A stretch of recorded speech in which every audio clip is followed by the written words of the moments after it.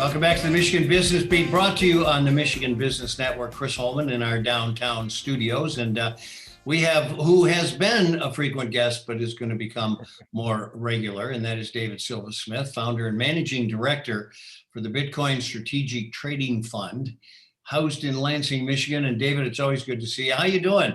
Good to see you, Chris. Hey, it's great. You know, I'm loving this weather. I'm going to go out and play some basketball later today. Unbelievable. It is. We're actually going out under this all. I have a short sleeve shirt on. Don't tell anyone. Okay. But I do have pants on so everybody can like settle in. All right. I'm not going to ask you to prove that. No, don't do it. Listen, let's talk about, because it has been a crazy 6 weeks since we talked last in the cryptocurrency game, so to speak, area. So let's have a few highlights of what's gone on since we talked last. Oh my gosh, Chris. I mean, I don't even know where to start. Bitcoin, you know, it's like there's so much happening in this space. You know, it's almost like I don't even know what to think about. You know, like a dog, how you've got this puppy and every day it's so much bigger and so much bigger. That's what's happening in this cryptocurrency space. I mean, you know, prepping for this thing, it's like, what do we even talk about? Because there's so much news every day. You know, it's like Visa's like settling on Ethereum, settling transactions on Ethereum. Coinbase is IPOing, you know, $100 billion valuation. They're going to have 2 billion in, I can't remember if it's revenue or profit per quarter. Bitcoin prices over $1 trillion now. Funds are selling gold and buying Bitcoin. You know, more and more banks are piling in and, bringing products to their customers. It's, it's wild. Countries are launching their own coins. PayPal is getting in, so you can use Bitcoin on PayPal to buy services. You know, it's like, I don't even know what to talk about. And that's just in a couple of weeks. It's mind blowing. No, it really is. And, we keep saying Bitcoin, but they're not the only game in town.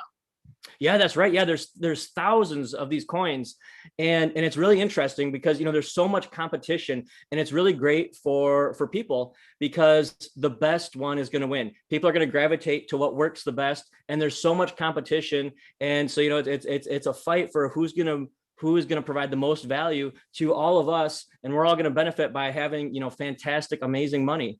I'm really excited about it. Dave, a lot of this is speculation on the fact that there's a finite number of these that are going to be whatever the cryptocurrency is are going to be put out on the market. Is that the case with all of them? No, yeah. So that's another interesting thing too. There are different monetary policies, and so Bitcoin has a fixed cap. There will only be 21 million Bitcoin ever, but Ethereum, which is another big cryptocurrency, and Dogecoin, another big cryptocurrency, they have different monetary policies, and so people can choose what feature they want in the monetary policies, which is brand new. That brings me to the obvious. What is up with Doge? What is up with Doge? Oh, Elon loves to tweet about this thing. This is a high flyer, and a lot of people like to get into it for two reasons. One, because it can have a big upside. A lot of people I know, they want to put $100 in and they want that to be worth $1 million, tomorrow or yesterday would be even better for them. The faster that they can make a ton of money, the better. And so they look at, some of these coins that fly around a lot and they like to be in there, to try to make a lot of money. Unfortunately, most of the people all the people I know who do that kind of thing, they end up losing their money. The ones who really do well are the ones that, buy into something and they hold it. They know why they hold it. They've got a thesis. They say, oh, hey, I think Doge is going to be, the top coin. I'm going to hold it for 10 years because of XYZ reason. Somebody like me, when I look at Doge, I don't see any of those reasons. I don't see a strong team behind it. It's a copy of Bitcoin, and I don't see good monetary policy there. It's had issues in the past with bugs and things. So I just don't see a case there. So I stay away from Doge. But it does move around a lot, and that can be really exciting for people who want to turn $100 into the shot at $1 million, kind of like a lottery ticket. Yeah, but I just don't see people succiding there, and I see them really losing money, unfortunately.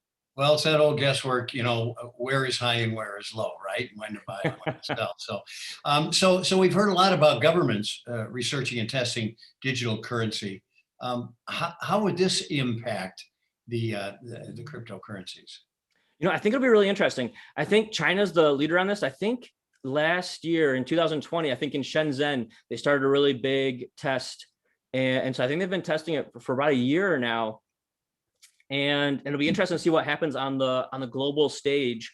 once these government currencies get out of the test labs and, into real world usage. And I think it'll be, the US has been dominant my whole life.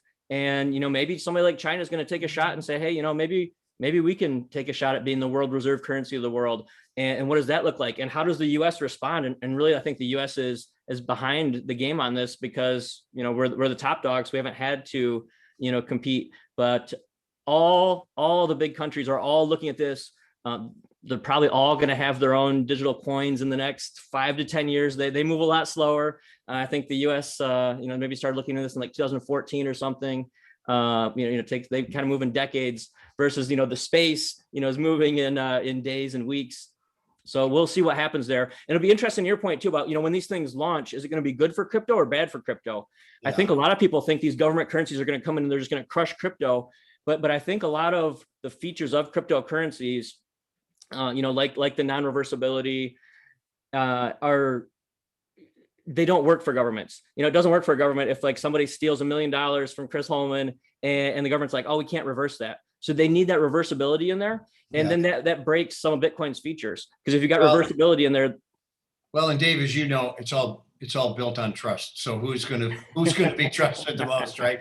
Dave Silversmith, thanks so much for joining us again and bringing some sense to this kind of wild hair chase that we're on with cryptocurrencies. Founder and managing director for the Bitcoin Strategic Trading Fund here in Lansing, Michigan. We're going to be right back on the Michigan Business Beat on the Michigan Business Network. I'm Chris Holman.